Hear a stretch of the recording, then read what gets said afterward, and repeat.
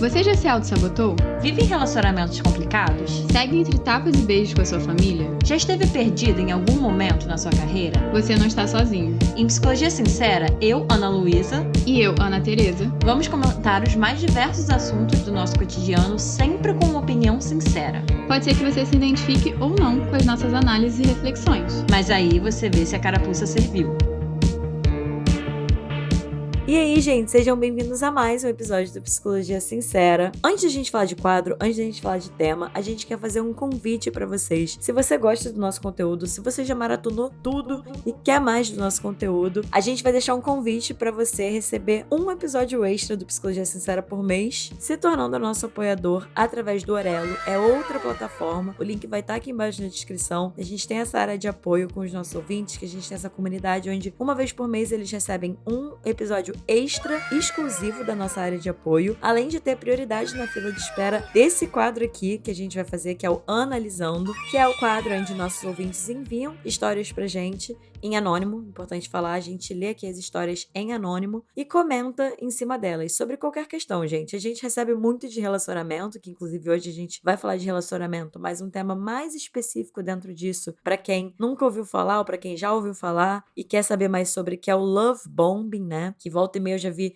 esse termo um pouco em alta, a gente vai explicar um pouquinho sobre o que é. Mas vocês também podem enviar sobre outros temas, né? A gente recebeu sobre questões de família, sobre questões de trabalho, questões de amizade, não só questões relacionais, mas também sobre situações de ansiedade, né? Se vocês estão vivendo alguma coisa, sentindo coisas que vocês não estão entendendo direito, o que for que seja a questão de vocês, a gente deixa o espaço aberto no nosso e-mail, podcastpsicologiasincera@gmail.com, para vocês poderem enviar a história de vocês para esse quadro. E como a gente falou, os nossos apoiadores têm prioridade na fila de espera desse quadro aqui das histórias, né? Então eles têm um código ali que eles enviam, a gente já entende, eles já entendem e eles têm essa prioridade. Então fica aqui o convite, a gente vai deixar o link aqui na descrição para vocês se tornarem nossos apoiadores e receberem esse conteúdo extra por mês.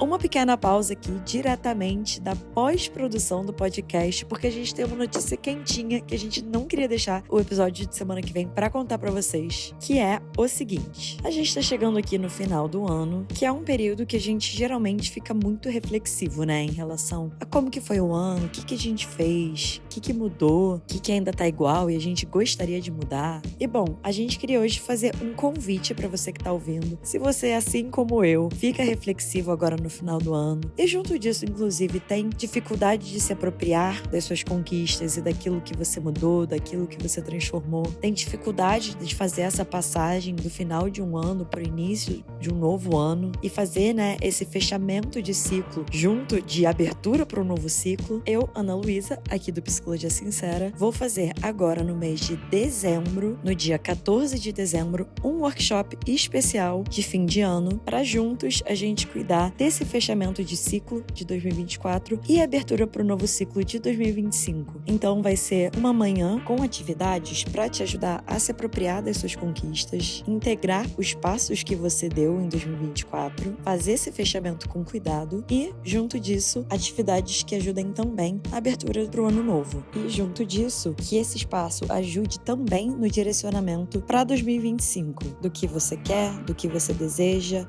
das intenções que você tem para você mesma nesse ano novo. Vai ser um workshop em grupo, eu tô muito animada de estar fechando o ano dessa forma, com essa chave de ouro, e espero vocês por lá. Todas as informações necessárias vão estar aqui embaixo na descrição do episódio. Te espero lá, hein? E agora sim, vamos de Psicologia Sincera. Então, como eu já falei, o quadro de hoje é o Analisando, nosso quadro mais famoso, que vocês mais gostam de ouvir, o que a gente mais gosta de fazer também, em que a gente lê e comenta em cima das histórias dos nossos ouvintes. Então, sem mais delongas, bora de primeira e, na verdade, única história. A gente vai usar uma história que nos deu esse cheiro, assim, desse tema de love bombing, que é traduzido como bombardeio de amor, né? E aí a gente vai comentar um pouco em cima disso pra trazer pra todo mundo conseguir pensar se já passou por isso, tá passando por isso, e a gente poder ajudar esse ouvinte dentro dos nossos limites aqui do podcast. Mas bora de única história, então. Então, vamos para nossa história do episódio.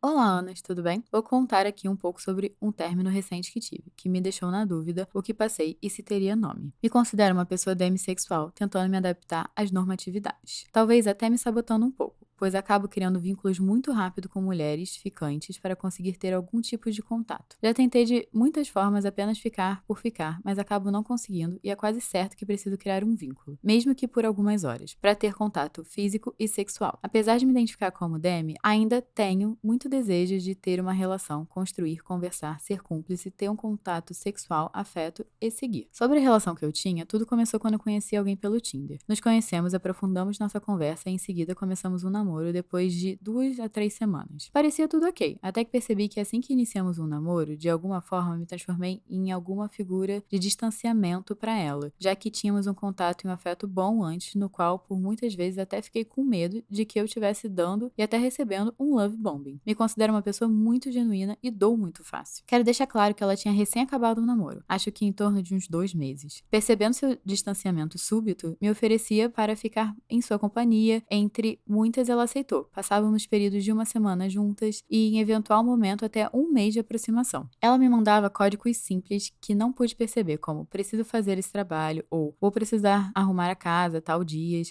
Esses códigos, na verdade, eram um pedido para que eu saísse e deixasse com sua individualidade, mas que por muitas vezes eu me oferecia para arrumar junto, dizia que poderia deixar ela quietinha trabalhando e até poderia dar uma força se quisesse. Levava meus materiais de trabalho para conviver junto com ela. Claro que esse início de namoro teve uma certa intensidade, na qual sempre mantive o mesmo nível até o seu final. E não percebia que acabava ficando uma intimidade talvez até exagerada, para 2 pessoas que não são casadas. Depois ela começou a ser clara que queria ficar sozinha e gostava de espaço, e que toda vez que me pedia, eu fazia um drama no qual ela cedia. Esse drama, na verdade, era justamente eu fazendo perguntas mais assertivas como: você precisa ficar sozinha? Não quer que eu fique aqui? Acredito que soava com algum tipo de controle emocional. Reconheço que talvez eu tenha errado no modo da fala, mas era justamente no propósito de entender os códigos. Depois da sua clareza de que não gostava da minha presença constante, reconheci, me lamentei pela situação e dei espaço sem nenhum ressentimento, atendendo a sua necessidade. Quero deixar claro que essa aproximação forte ocorreu depois de muitas cobranças dela sem acreditar que ela estava sofrendo algum tipo de abuso de mim. Chegava dizendo que estava fazendo love bombing e então comecei a ser mais presente, para não achar que parei subitamente para algum tipo de controle. Dizia que fazia ghosting, mas na verdade eu estava trabalhando. E comecei a ser mais presente nos meios de mensagem. Quando ela dizia sentir medo do sofrimento da solidão, comecei a me sentir mais íntima. Quando dizia que tinha medo do preterimento da mulher negra, comecei a priorizar e acolher mais o que sentia. Quando dizia que eu não ouvia que falasse que era linda e outras pessoas falavam, na verdade constantemente já falava e comecei a falar ainda mais vezes, falava sobre a raiva da mulher negra. Comecei a aceitar gritos e alguns pouquíssimos xingamentos, mesmo falando baixo, calma e tentando não ter falas ou postura passiva-agressivas para justificar o comportamento. Com toda essa história montada, eu comecei a sentir que ela não retribuía o mínimo para mim. Por muitas vezes fui cobrada, mas textos carinhosos não eram mandados. Conversa sobre o seu dia não era mandada. Recebia gelos cada vez maiores ao ponto de ficar às cegas do que estava acontecendo e quando descobria, tinha saído com as amigas e não há mal nenhum nisso, apenas sentia uma falta de responsabilidade emocional comigo. Comecei a tentar comunicar minhas necessidades e vulnerabilidades, mas ela não recebia tão bem e dizia que estava tentando controlar ela. Eventualmente, em uma dessas posições sobre minha necessidade, ela terminou comigo, pois se sentia pressionada e sufocada no trabalho, na família e no namoro. Disse para ela que poderíamos continuar e, de certo modo, até insistia um pouco no namoro, convencendo ela de continuarmos. Mas depois disso, ela falou que eu não era a prioridade dela e isso foi uma facada para mim. Não deu muito certo esse pedido de continuar. Nos momentos que tentava falar sobre minha necessidade, ela dizia que eu sempre tinha necessidade e eu estava desrespeitando. Não tinha um espaço para negociar, para ser cúmplice e combinar uma coisa agradável para os dois e ela terminou. Fiquei muito mal, mandei várias mensagens jogando minhas necessidades que não eram atendidas e em um momento eu entrei em um estado de fixação no qual eu não me orgulho, mandei várias mensagens, todas ignoradas. Nisso, com muito esforço, conversando com amigos, percebi que amava sozinha. Eles falavam que eu dava carinho sozinha, dava atenção sozinha, até a minha própria psicóloga me falou que não era recíproco, por mais que minha ex falasse que fosse. Segundo minha psicóloga, até para falar dela, eu tinha sinais de submissão, que eu reprimia um sentimento para falar sobre ela, mesmo que na sessão ela não estivesse presente. Não sei o que passei, acho que compadeci, compreendi, acolhi as causas dela e a mim foi negligenciado. Eu sempre fiquei em dúvida se merecia tudo isso, minha autoestima ficou abalada e eu me acho a pior pessoa do mundo. Bom, eu fiquei ouvindo essa história, assim, e Não sei se vai fazer sentido, ouvinte, mas eu acho que até você mesmo falou, né? Eu senti uma confusão muito grande lendo a sua história, né? Ouvindo a Ana Teresa ler a sua história. Que eu acho que retrata bem o que você trouxe no final, né? Assim, eu não sei o que passei. Que me parece um vai e vem e uma confusão muito grande. E aí que a gente queria entrar no love bombing, assim, porque a gente até tava falando antes de começar a gravar que não tem como a gente dar esse veredito aqui do que você viveu ou não, né? Se você viveu isso ou não, de fato. Mas a gente pensou em trazer um pouco dessa explicação pra você e pra quem tá ouvindo, né? Pra vocês mesmos chegarem nessa conclusão e entenderem um pouco do que é isso do love bombing, né? Tem outros aspectos da sua história que eu acho que a gente pode entrar mais, mas vamos falar um pouquinho sobre esse bombardeio de amor, como as pessoas chamam, né? O que é isso? Senta que lá vem a história.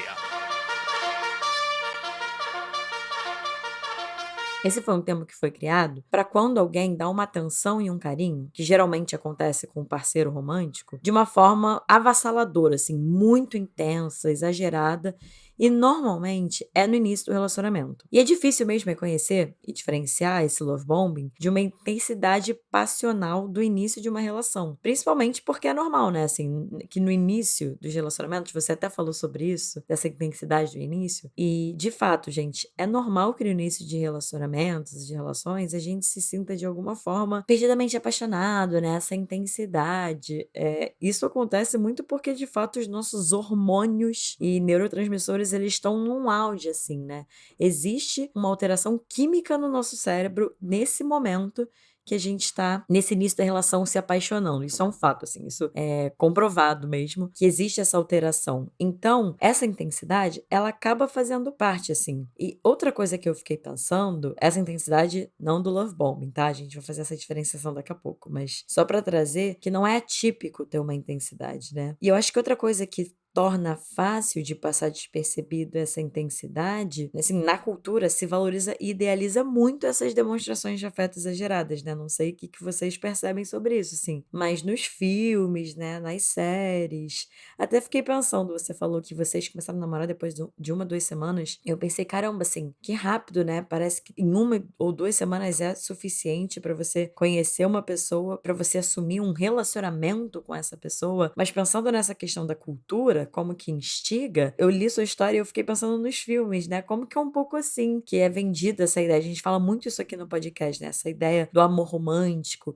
e dos relacionamentos, como essa coisa intensa, essa coisa exagerada, e que você passa um dia inteiro. Eu lembrei de um filme que eu acho que o nome é Antes do Amanhecer, se eu não me engano, mas que é um filme que retrata o início de uma relação e eles passam. Esse filme é muito bom, É. até de exemplo para isso. Tipo, você se conecta instantaneamente e Aham. aí flui.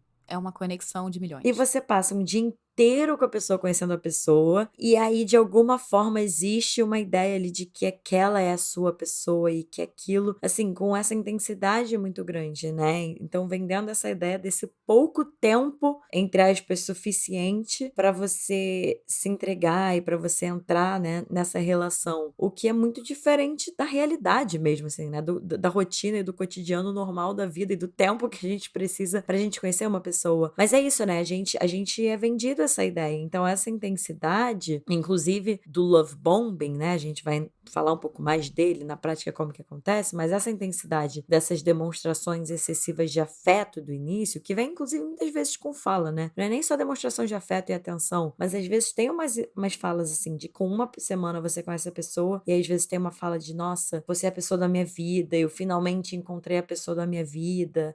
O love bombing vem com muitas promessas também, assim, né? Agora isso vai pra frente, a gente vai, enfim, construir alguma coisa juntos. O problemático dessa intensidade do love bombing, ela cria e alimenta essa fantasia que a gente vê nos filmes. Tentem ver se tá fazendo sentido esse link que eu tô fazendo.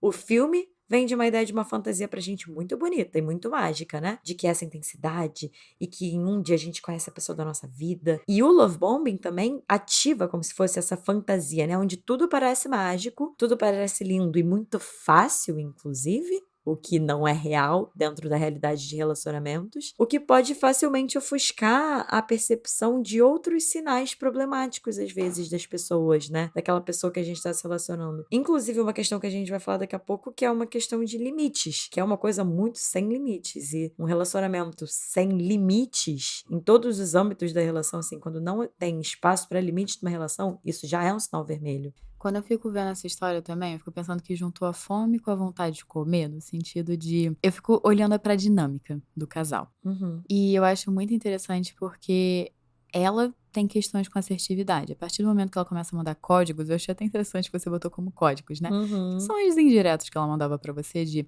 preciso fazer esse trabalho, vou arrumar a casa. Ela poderia ter sido direta. Uhum. Eu entendo que algumas vezes as pessoas têm medo de ser diretas, de falar as necessidades emocionais delas. Mas de ser direta de, olha, agora eu preciso ficar um pouquinho sozinha. Porque eu acho que também vem muito do que a Ana Luísa tava falando dessa idealização, de que vocês vão se completar, vocês vão ser a cara metade um do outro, vocês têm que ficar o tempo inteiro juntos, fazendo tudo juntos. Uhum. Até você falou, né, de uma intensidade que é de pessoas não casadas. Mas eu fiquei pensando, pessoas casadas também precisam ficar sozinhas. Elas não. Assim, só porque você tá casado não quer dizer que você precisa estar o tempo inteiro colado na sua esposa ou no seu marido. Uhum. Então, olha também a idealização que você tem sobre casamento. A gente tá falando isso pra você entender as idealizações que você tem e as referências que você tem sobre relacionamento, porque eu entendo, eu acho válido você querer ficar com a pessoa, mas ela tem necessidades emocionais de individualização ali, de individualidade, que não estavam sendo atendidas. Enquanto você, pelo que eu tô entendendo da dinâmica da história, né, com as informações que eu tenho, você precisa ser validado. E pra você ser validado nesse amor, você precisa receber atenção constante. Por isso que eu falei que juntou a fome com o que quer comer, porque ela precisa não te dar tanta atenção pra ela se sentir suprida, e você precisa de muita atenção na relação pra se sentir suprido. E um fica pedindo do outro coisas que o outro não consegue suprir, e aí os dois ficam não supridos. E aí é que a gente começa a terapia pra entender quais são as diferenças de relacionamento que você tem na sua família, na sua vida, porque muitas vezes você pode ter referências de que relações não te suprem, e aí você continua entrando em relações que não te suprem. Faz sentido racional? O que eu fiquei pensando dentro disso que você tá falando, Ana Teresa, é que, voltando pro ponto que eu tava falando e complementando com o que você tá falando, né, juntando esses dois, o que cada um precisa da relação, quais são as necessidades emocionais de cada um, como que são os limites de cada um. Então, você precisa de mais atenção, ela precisa de mais tempo sozinha. Eu até percebi ela de alguma forma tentando, com esses códigos, né, também acho que ela poderia ter sido um pouco mais direta, mas tentando colocar os limites. E quando você questiona o que ela estava pedindo pra você, não sei se de alguma forma, de fato, ela não se sentiu validada, inclusive, nos limites dela, mas o que me chamou muito a atenção é que me parece que vocês realmente não se deram o tempo pra descobrir isso, né? Porque se depois de 2 semanas que vocês se conhecem, 2 semanas, eu arrisco dizer que é impossível ou muito difícil de vocês terem esse conhecimento e essa intimidade, inclusive para entender isso, né? Se dá um match ou não dá um match. E aí fazendo esse link do que eu tava falando, do tempo e dessa intensidade do início, que é muito gostosa e que tem um quê de normal, entre aspas, assim, de natural, de faz parte, mas dependendo da intensidade e o que é feito com ela, tem um quê também de perigoso, né? Assim, perigoso ou de muito arriscado, no sentido de que é como se não tivesse dado o suficiente para se assegurar de que essa é uma relação que vai fazer sentido. E outra coisa que eu tô pensando aqui é que pode ter tido muita essa intensidade, que eu acho que colocou a idealização lá em cima, né, do que vocês estavam tendo, do que vocês poderiam ter. Mas depois eu senti... Vocês me corrijam se estiver errado, se vocês não concordarem comigo, mas que vocês começaram a tentar forçar um no outro serem pessoas que vocês não são, e vocês pedirem coisas que talvez um não possa dar pro outro. Então, eu senti ela muito ativada, muito engatilhada com questões dela, e eu senti você muito engatilhado e ativado com questões suas. Ela tem uma questão, obviamente, de um recorte, de uma mulher negra e tudo mais, que vão ter uma série de especificidades em relação a isso, mas eu tô entendendo que, por exemplo, essa intensidade no amor, que foi muito bem-vinda no começo, né, que poderia ser love bombing ou não, foi começando a ver algo como sufocante depois, né, muito interessante que nem a Ana Luísa falou, quando a gente dá o tempo de entender como as coisas assentam na gente, como a gente reage às coisas, uma coisa que pode ser muito boa no começo, quando a gente tá aberto pra relação, pode ser uma coisa extremamente negativa quando a relação já dá uma desgastada. E até talvez de um autoconhecimento de cada um de, por exemplo, talvez você queira estar com uma pessoa que também tem uma necessidade maior sua de estar mais presente um na vida do outro, porque tem gente que tem essa necessidade maior, e ela talvez estar com uma pessoa que precise de mais independência e ser menos presente. E aí eu acho que entra muito na questão da gente também ir aprendendo quem dá um match pra gente, porque só gostar das pessoas, gente, não é suficiente pra ser match. Infelizmente, eu adoraria falar do tipo, é só você tá gostando, só você tá apaixonado, e muitas vezes quando a gente vai analisar mais friamente, mais racionalmente, tem coisas que a gente precisa de uma relação que a gente tem que, de fato, entender se as pessoas com quem a gente vai se relacionar conseguem dar ou não. E o que eu fiquei pensando, assim, é que você falou que teve um esfriamento, né, assim, e isso é uma característica forte do love bombing, mas não que, volto a dizer, não que necessariamente isso aconteceu na sua história, porque as pessoas esfriam por diferentes motivos, né? Inclusive tem um esfriamento natural de uma relação longa, mas que eu não acho que talvez seja o seu caso também pelo tempo que vocês ficaram, mas que tem também um esfriamento natural que acontece, né?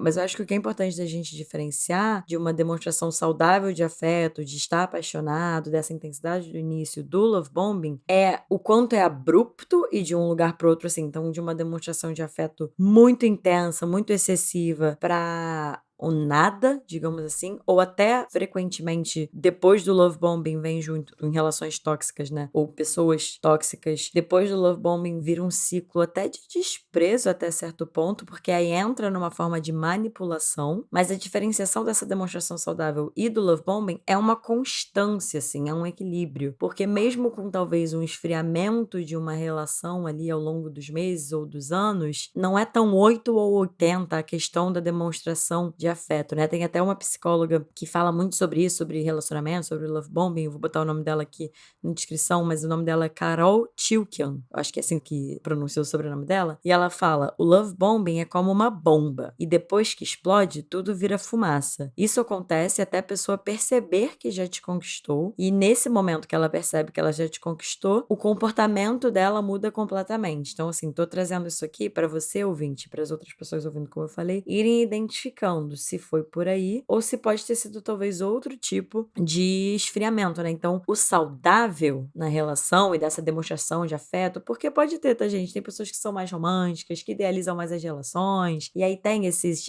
expressões mais grandiosas, mas a questão aí é esse equilíbrio entre a grandiosidade e o tempo e a rotina cotidiana daquela coisa que não é tão idealizada, mas que é de uma mesmice maior, que é quando a gente está mais em contato com a realidade. E geralmente, nessa dinâmica do love bombing, a realidade não tem muito espaço, fica muito nesse excesso. Tudo nesse tudo ou nada. Eu acho que até de uma coisa muito idealizada, né? Que eu acho que a gente tá falando muito no episódio, porque o love bombing, eu sinto que é uma mudança abrupta. A história não traz uma mudança abrupta. Traz uma mudança de relação, sim. Que é que a Lusa falou, um esfriamento. Mas quando eu penso no love bomb, eu penso aquela pessoa que tá lá e tá mandando as mensagens, e tá mandando música, e manda texto, e é poema, e é começar a fazer planos com você, assim, começar a fazer algo super idealizado. Até eu fico pensando até o quanto, de fato, não fica uma coisa também meio genérica algumas vezes. Mas assim, quem sabe fazer um bom love bombing também sabe pegar as vulnerabilidades da pessoa ali e apertar os botões que ela precisa apertar. E aí, uma vez que você já tá caidinha pela pessoa, você tá retribuindo todo esse love bombing que a pessoa tá fazendo, tem a questão ali que é tipo, conquistei essa pessoa, então agora eu não preciso mais fazer isso. Então eu acho que vai de 0 a 100 rápido.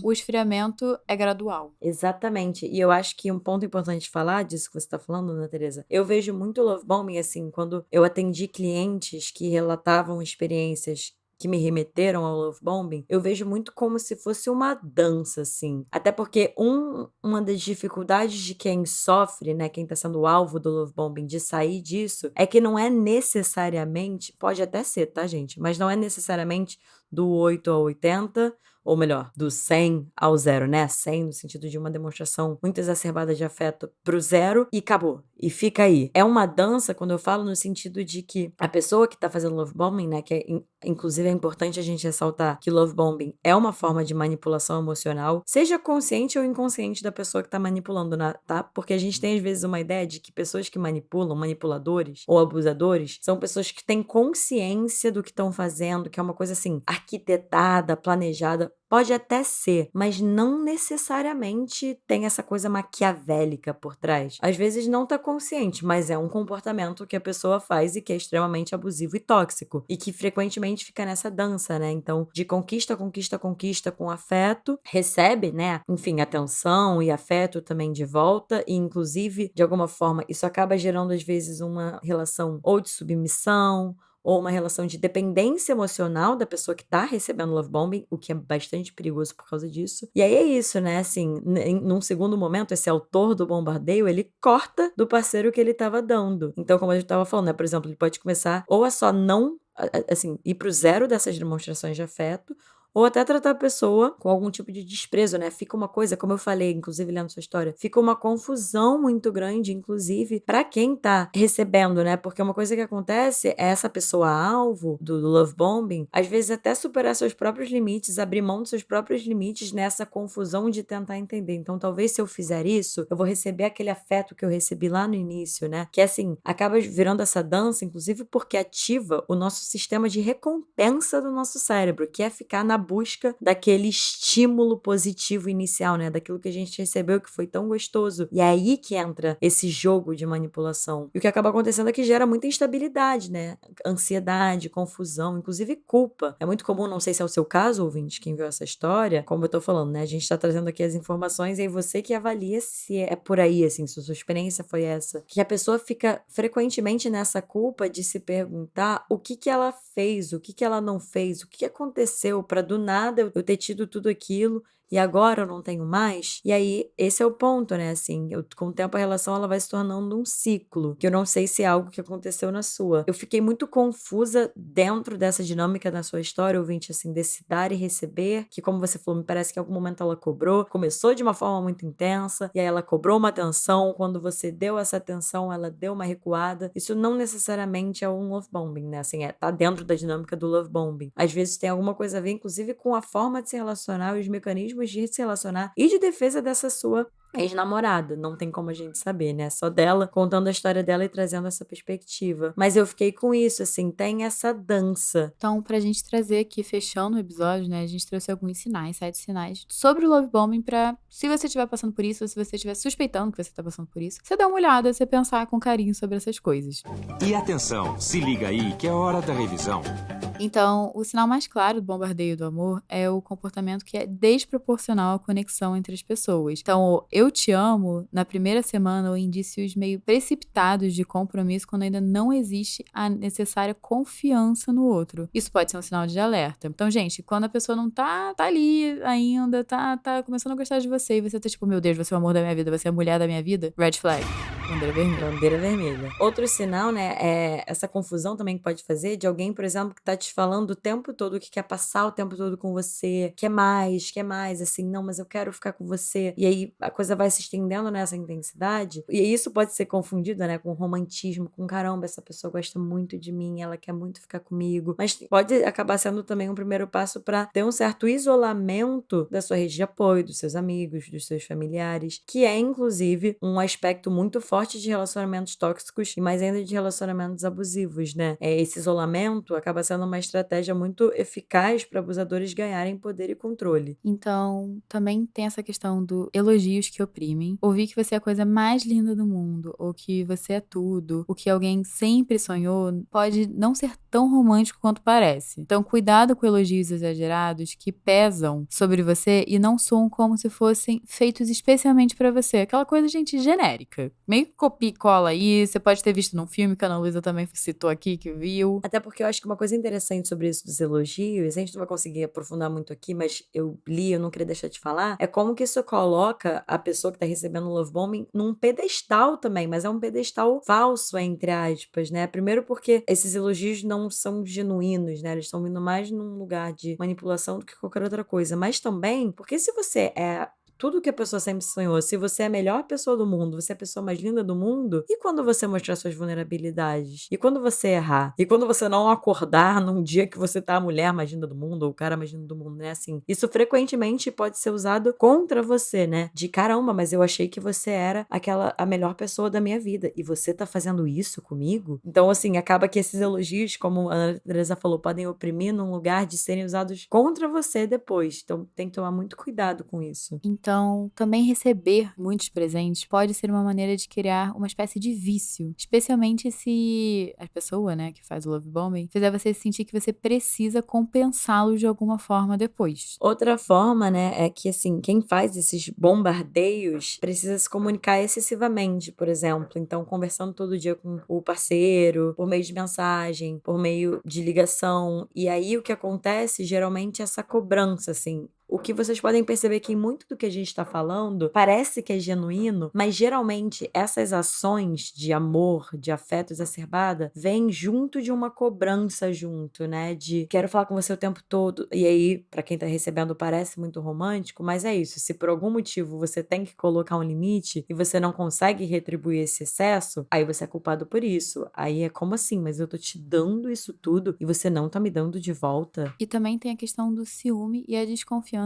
da sua fidelidade também pode ser maneiras pelas quais esse tipo de abusador, né, procuram mostrar o seu amor intenso e fazer você se sentir culpado. E se um dia pro outro o seu parceiro deixa de ser a pessoa mais amorosa do mundo e começa a te tratar de uma forma seca, de uma forma indiferente, como a gente estava falando, né, bem como a gente estava explicitando, assim, do 0 pro 100 e do 100 pro 0, sem andar pelo espectro, né, porque às vezes a gente tá irritado com o nosso parceiro, com a nossa parceira, a gente pode ficar um pouco mais seco, um pouco mais distante. Isso acontece, gente. Isso é importante a gente falar. Acho que uma das coisas mais difíceis de identificar o love bombing é porque pode ser muito sutil, às vezes, dentro de outras dinâmicas que são normais numa relação, como eu tava falando. De você estar chateado com seu parceiro ou sua parceira e ficar um pouco mais distante, um pouco mais seco. A questão é justamente esse ping-pong do 8 pro 80, e como a Ana Teresa estava falando, né, nessa questão do tempo, num espaço de tempo muito curto, assim. É como se tudo isso que você tá recebendo e que você tá precisando dar não estivesse de acordo, não estivesse condizente com o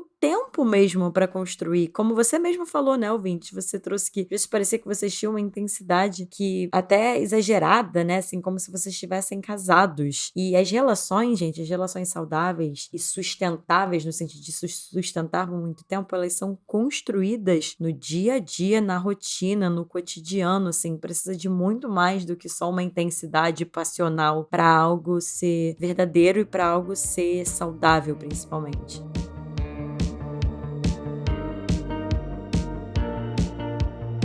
Pessoal, se vocês ainda tiveram dúvidas sobre love bombing, vocês podem deixar aqui nos comentários, deixar suas dúvidas, se vocês ainda quiserem que a gente aprofunde mais sobre o assunto. E esse foi o nosso episódio. Se vocês gostaram, compartilhe nas suas redes sociais, marca a gente lá no @podcast Psicologia Sincera, a gente adora. Não deixe de classificar esse episódio também com 5 estrelinhas, porque ajuda a divulgar o episódio, o podcast e o nosso conteúdo chegar em mais gente para conhecer ainda mais o podcast. Se vocês também quiserem me encontrar, vocês podem me encontrar no @Ana Teresa Cavalcante. E eu no @psicóloga Ana Luísa Braz. Essas informações vão estar aqui embaixo na descrição do episódio, junto com o Instagram do nosso editor de áudio, Bernardo Dabu, e o nosso designer, Fernando Picamilho. Não se esqueçam que esse podcast não substitui uma terapia, então, se tem alguma coisa que não tá clara, se tem alguma coisa que tá difícil na história de vocês, no que vocês estão passando, a gente sempre incentiva vocês a buscar uma ajuda profissional para vocês cuidarem dessas situações que vocês estão vivendo. Então, não deixa de ser o nosso apoiador se você tiver interesse lá pelo Orelo e ganhar os nossos episódios extras, ganhar preferência na hora da gente fazer o quadro analisando. E a gente te encontra então por lá, pela nossa comunidade. E é isso, gente. Um beijo e até o próximo episódio.